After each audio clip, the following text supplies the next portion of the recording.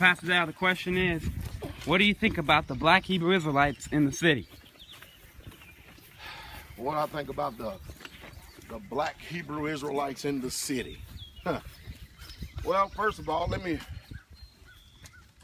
black Hebrew Israelites in the city. First of all, the number one thing we need to understand is that the designation or the term black, it was given to us by our captors.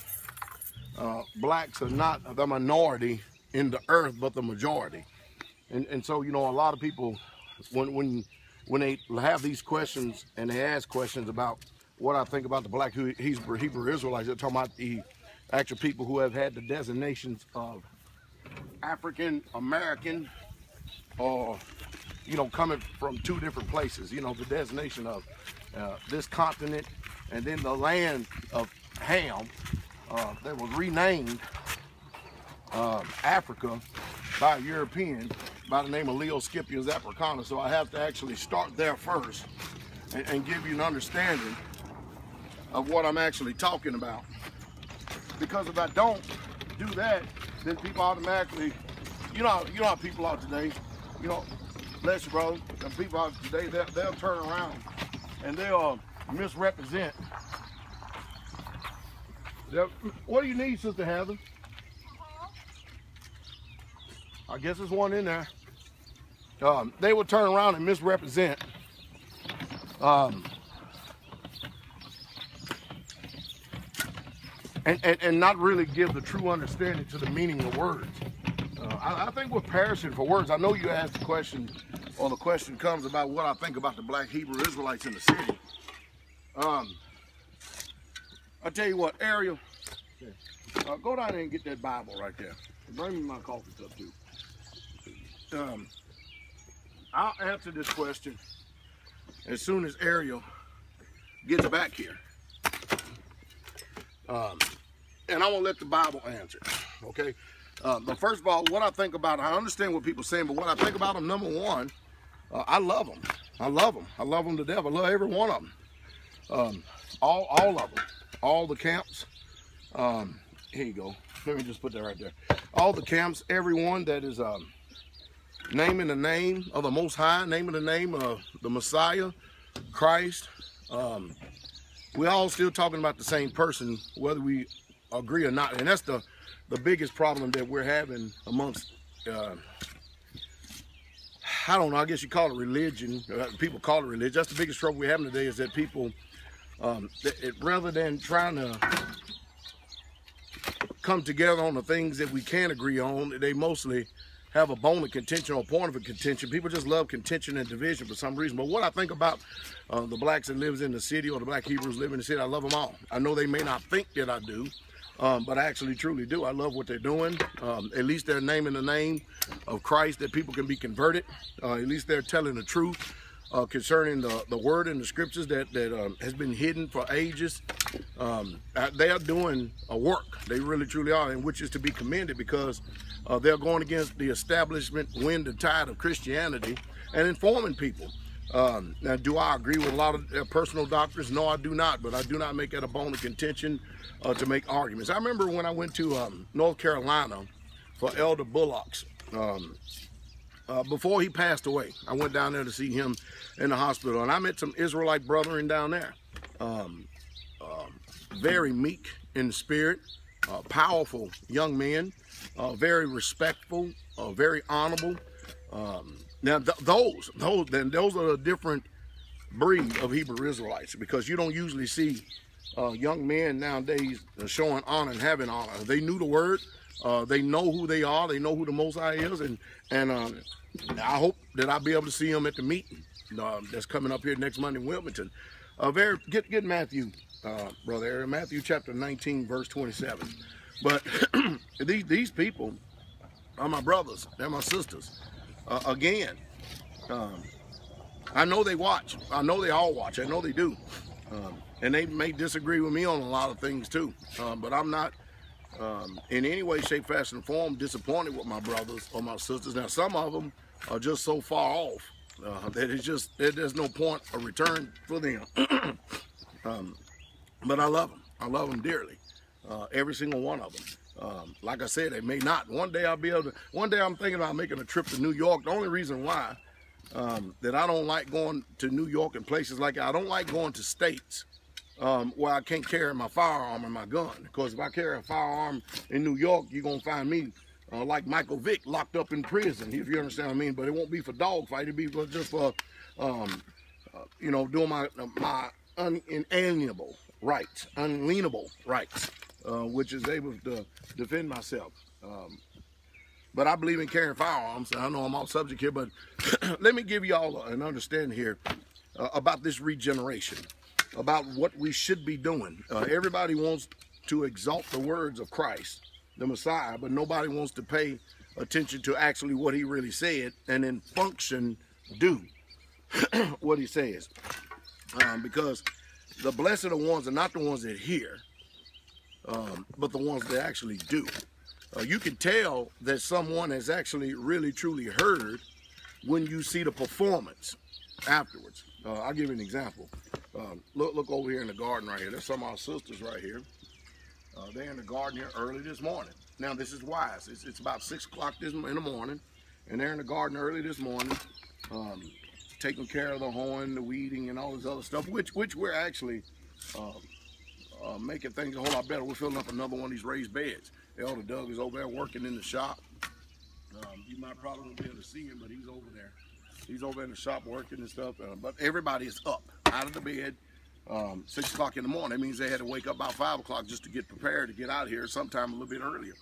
But let me show you, this is a very informal video, so let me show you exactly what the Messiah said. And what we should be doing as Hebrews and what we should be doing as Israelites in the time that we're in. See, we are actually in the time of regeneration. And Christ gave us the blueprint of what we should be doing, as well as the book of Actions, or what is called the Acts of the Apostles. And go ahead, brother, read Matthew 19, start at verse 27 on down. These are the words. First, they're asking the Messiah question, and then he gives them an answer. And what I want all of you out there to do who are listening, those of you who choose to watch this video, I want you to really truly pay attention to the words of the Messiah. And then it'll start to make sense of the reason why myself and the people out here straightway, we're doing what we're doing. It should make perfect sense. But go ahead, brother Eric, and read it loud too. Matthew 19:27. Then answered Peter and said unto him, What'd he say? Behold, we have forsaken all and followed thee. Now Peter says to the Messiah, says to Christ, and said, we have left all to follow thee. Is that right? Yes, sir. Now we need to ask ourselves a question today. Those of you who are following Christ, what have you left? Have you left all to follow him? I mean, after all, I know that Christianity has done messed up a lot of people's mind and religion. And most people, you'll never ever see them discuss these scriptures right here or this particular passage that the Messiah is saying. It's totally, they're totally avoided because it requires something. It requires the faith of Abraham. You know, Abraham left out of the land of his father. He moved. He did something physically. He showed something. And Christ still have the same requirement today. And we have in this world a lot of people who say that they love the Messiah and they love Abraham, but they reject their lifestyles. They reject the words. They don't mimic and do exactly what they said. But he says, you know, Peter's asking the Messiah the question. He's proposing it to him. He says, I have a concern here, Christ. We have left all to follow thee. Read on. What shall we have therefore? And Jesus said unto them. Now they're asking, since we have left all, because you know some was fishermen, some was tax collectors. These people wasn't these religious relics and zealots that walked around in the long roads with the broad phylacteries and stuff, looking holy and all these other stuff. These was like we're doing out here, in the dirt, get it done men. That's what the disciples were. And Christ chose them from that. And he says, so we have left all to follow thee. So since we have left that, what are we going to get out of all of this? I mean, after all, I understand following the word, representing the Most High, being here on this earth. But what do we get for doing all this? Read on. And Jesus said unto them, Verily I say unto you. What did Jesus say? Read it loud. Verily I say unto you. That Yeshua said, Verily I say unto you, or truly I say unto you.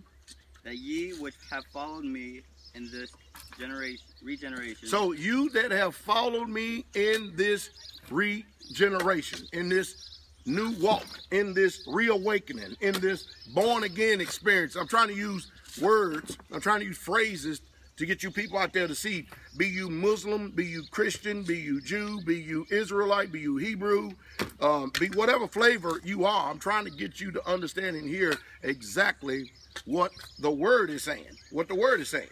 And this is what the blueprint, the marching orders that the Messiah is giving to all of us. Read louder. Okay. When the Son of Man shall sit in the throne of his glory, ye also shall sit upon 12 thrones, judging the 12 tribes of Israel. Now, that's not us. That's the disciples then that was walking with the Messiah. Those who sit with him, ate with him, slept with him, when they were out in the fields, those who were ministering him. He said they are going to be with him judging the 12 tribes of Israel. Read on. And everyone that has forsaken houses. Now here is the cutoff point right here. Now, for you Christians out there and you people who always like to harp on, is it red letter? Are you reading the part in the red letter right now? Is that red letter? Yes, sir. Red letter? Now, this is what the Messiah said. You know, Jesus, Yeshua, Yeshaya, Yahawashai. You know, you come up with all the names you want. It's still the same person, regardless of who or how you twist your tongue to say it. And that's not diminishing his character or his name whatsoever at all. But see, this is not about how you twist your tongue and say a particular word or pronounce a word or how your vernacular is. This is about function. This is about doing. We know what you believe by what you do, not by what you say. And this is the problem that we have today. That's why it's hard to distinguish those who are the true believers in the Messiah. So he makes it simple for us. And read that part again and what the Messiah said. And everyone that has forsaken houses. And everyone that has forsaken houses. What about you? What about you people out there? Have you really, truly given it up? Some of you don't have houses to forsake. I mean, after all, if you're black in this country, if your parents had anything, they behave just like the white man in this country. And if you're black in this country, you don't get the same benefits as a lot of these other people. And of course, there's a lot of white people in this country too as well that's not reaping the benefits because there's a power establishment struggle of rich and poor. And I'm not going to go off into economics and politics and stuff right now because it's easy for me to do. We're going to stick with the scope of this question right here. So Christ said, everyone that has left houses. Now we have to ask ourselves a question. Which one of you have done that? Some of you have homes, you have houses, and you haven't left nothing, but yet and still you say you're following the Messiah. It's amazing how that the disciples had to leave everything in order to follow him, but today you people ain't got to leave nothing. Somebody is lying. Read on. Or brethren. So if you left houses or brethren, that means your kinfolks. That means your people in your inner circle, your natural family. Read on. Or sisters. Or sisters. Or fathers. Or father. So he's dealing with immediate family. Is that correct? Read on. Or mother. Or mother. Or wife. Or wife. Or children. Or children. Or lands. Man, Christ wants you to forsake a lot of stuff, don't he? In other words, he wants you not just give it up with your mouth. He wants you to give it all up in function. Is that right? Is that the words of Christ? Yes. That's what he says, right? But these are the ones, notice, he started off by saying, they said, everyone that hath. Everyone that hath. Now, that don't include you people who haven't given up nothing, who haven't left anything. That's not talking to you. You're not in this regeneration. For all you claim to be Holy Ghost filled, saying you filled with the Spirit and you following the law and following Torah and stuff, you disqualified from this. Read on. For my name's sake. So now we make a big stink about his name, right? And he's saying, if you've done all this for my name's sake. Now, he's talking about the ones who have. So all you people out there arguing over what his name, and yet you will not obey what his word says, it's not talking to you. This kingdom, this regeneration is not about pronunciation. It's not about arguing over who's on first and what's on second, and if anybody made it to third. This is about function. the thing that we don't want to do. This is about actually doing something. Blessed are not the hearers, but the doers. So everyone that had, read it, read again. Read it again. I'm gonna read it. Read the words of Christ, and I'm not going to interrupt you so that the people out there can really listen to what's being said by the kingdom. All right. Verily I say unto you, that ye which have followed me in the regeneration, when the Son of Man shall sit in the throne of his glory, ye also shall sit upon 12 thrones, judging the 12 tribes of Israel. And every one that has forsaken houses or brethren, or sisters or fathers... Hold on. Louder, son. Louder. Get that part again. Louder. Read. And everyone that has forsaken houses or mothers or brothers, sisters, fathers or mothers, or wife or children or lands for my name's sake shall receive 100-fold. Whoa! Shall receive a what? 100-fold. 100-fold. That's what Christ said, right? Yes, sir. Now, either he's lying or he's telling the truth. Now, we know it's impossible for him to lie, right? Shall receive 100-fold. Yes, sir. Read on. And shall inherit everlasting life. And they will inherit everlasting life. So now wait a minute. So if salvation is predicated upon doing, and it is, and it's not about, again, what you say with your mouth and what you recognize with your words and what you give mental assent to. Hebrew culture is about function. Hebrew culture is concrete. It's about action. And you people still stuck up there, and now you wonder why I keep raving and raging about being in the cities and stuff. And many of you still got these large bank accounts. You got all these homes and stuff. But you want to go to the kingdom. But not according to what the word says right here. And by the way, again, all you sisters out there that got your nice manicured hands and fingernails and all your makeup and junk on and stuff like this, I want you to see what our sisters are doing in this morning. Again, go over in and get a nice look at the sisters in the garden this morning.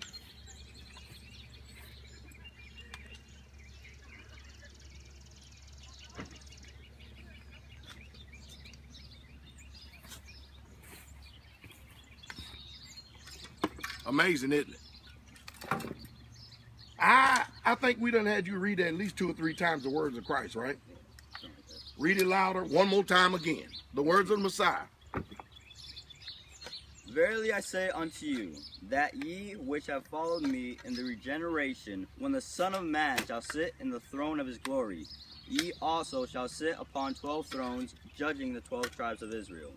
And every one that has forsaken houses, or brethren, or sisters, or father, or mother, or wife, or children, or lands, for my name's sake, shall receive 100-fold, and shall inherit everlasting life.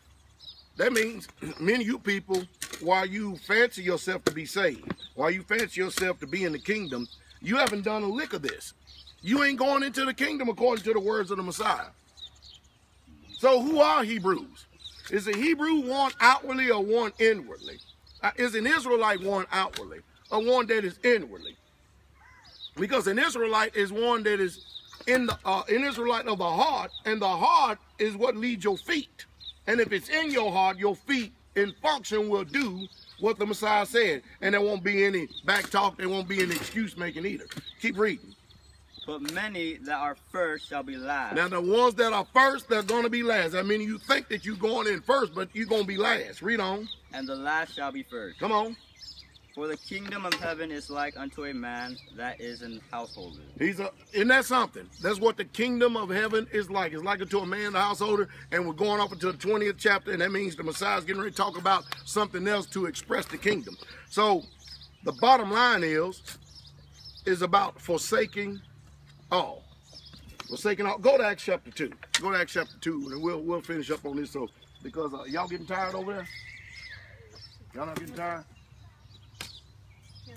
All right. How old are you, Israel? 12. Well, how old are you, Gabriel? 14. 14. 12 and 14 years old. They're not up in the house this morning playing Xbox One, Xbox 360, PlayStation, trying to get the highest score on Call of Duty this morning. They're doing something to help produce some food to help clear our grocery bill.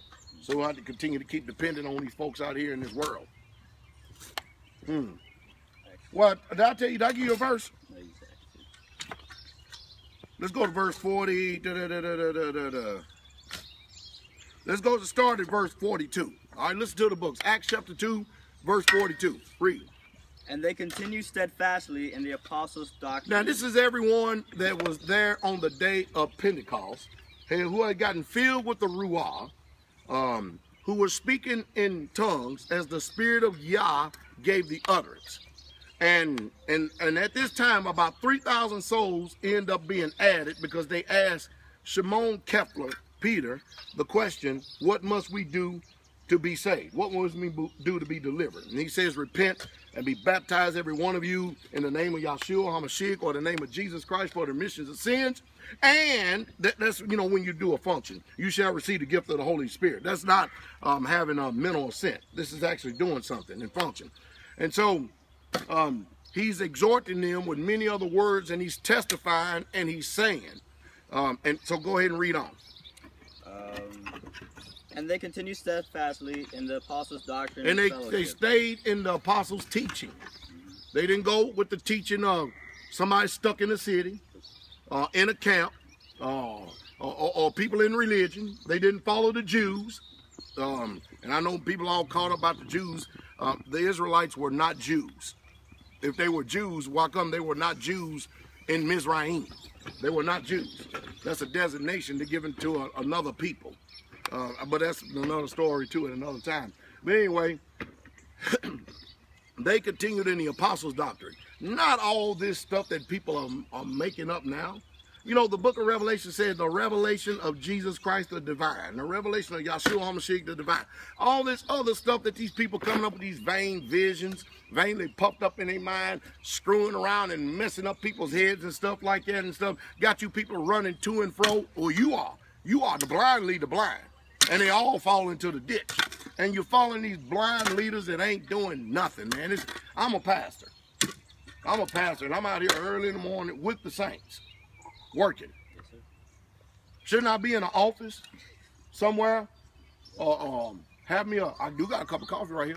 Be in the office somewhere, sitting behind the desk. Elder Doug is over there sitting over there working in the shop over there.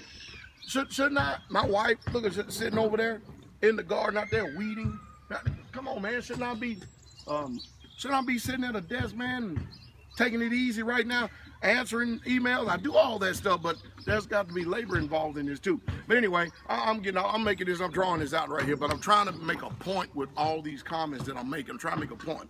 But anyway, they continue steadfast in the apostles' doctrine because why? They learned it straight from the Messiah themselves. And these were not scribes, these were not Pharisees, they were not priests, and they damn sure wasn't hypocrites. Read on. And fellowship, and in breaking of bread, and in prayers. And fear came upon every soul. And fear came upon what? Every soul. Turn up your volume. Every soul. Yeah, keep reading. And many wonders and signs were done by the apostles. And all that believed were together. Oh, stop, time out. And all that believed were together. Were to what? Together. All that believed were together. No, they was in Florida. Together. New York. Together. California. Together. Chicago. Together. Memphis. Together. Georgia. Together. North Carolina. Together. South Carolina. Together. Canada. Together. All that believe were together. All you that believe now, we're so scattered and apart. And you know what divides us more than anything? Doctrines of men. That's what does it. But the ones that believe, they were together. Read on. And had all things common. What? They had all things what? Common. Yeah. Common wheelbarrow, a common shovel. You said common garden. You understand what I mean? They all believe, and they all, if you were really truly believers in function, if you're really truly Israelites in function, you are together and you have all things in common. You people really truly need to pay attention to this message and start asking yourself a question. With all the knowledge and insight that a lot of people seem to possess, how is it that in function, in works, people deny the words of the Messiah and the apostles? You know, Christ said, in vain you do worship me, teaching for the doctrines, the commandments of men. Full well you reject the commandment of Yah, that you may keep your own traditions. And that's what we have. It's done come full circle. That's what we have going on today. But real true believers, they are together, not apart, they are together. Read on. And they had all things common. And sold their possessions. And so what? Their possessions. Their houses, their homes, their lands, their cars. They sold everything. They sold. Believers did this, right? Oh, that was the. Oh, this is New Testament, right? New. Oh, okay. New Testament blueprint to tell us how to live in the time, because we had already been in so many captivities. We done lost our heritage. We lost our custom, our language. We don't know who we are as a people. And so the Bible is a blueprint for us to rediscover, and not only rediscover, but to do what everything that has been lost, because we have to be told, because when we read that, we've already been robbed of a knowledge of self by the time we get finished with Christianity, because they make you think you don't even fit in that book. So now he's telling us what we should do if you believe. Well, they had all things common. They were together. And they sold their possessions. Read. And goods. And goods. And parted them to all men. Well, you can't do that. I mean, you can't do it because you're too selfish, because you think somebody's going to get more than you. And you can't be content with such things as you have. I mean, it's amazing. It's amazing. So we're really, truly finding out who are the real, true believers or not. You know, there's people claiming that they are of Christ, and they are college professors. Many of them are professors. Many of them are deans of universities and stuff, and they teach in these great theological seminaries and stuff. And yet and still, you don't see nobody following what this thing says.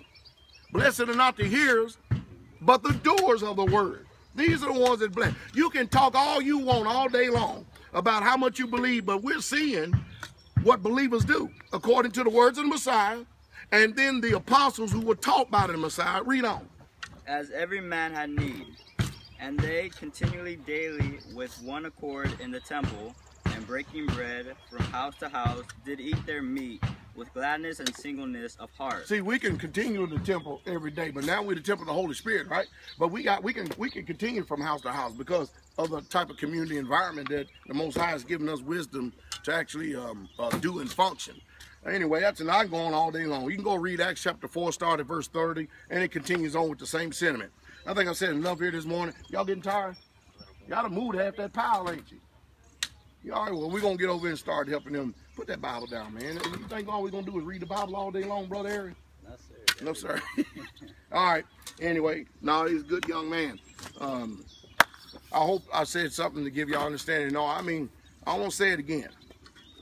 Anyone that names the name of the Most High, names the name of Christ, and they're following him and obeying his words in this regeneration, I understand that we're all at different levels and different areas on the road, but we're still the people. I love all of them dearly. They may not think, because they may take it that, you know, I'm attacking them because of some of the people who are not informed and not educated, people who really truly don't understand or have comprehension or understand what I'm saying. But rather than paying attention to the delivery, you should pay attention to function and see exactly what I'm doing. That's the reason why I make these videos. I want to be an inspiration and show you that you can do it, but it's going to take blood, sweat, and tears. It's going to take some guts to get it done, because you're not going to holler hocus pocus and then a community just going to appear. You're not going to sit up and pray to the Most High and tell him to give you this and give you that, and yet in function, you're not going to get out here and get your hands dirty. That ain't the way it works. He gives you the knowledge and understanding. He gives you the craftsmanship and the wisdom as you go.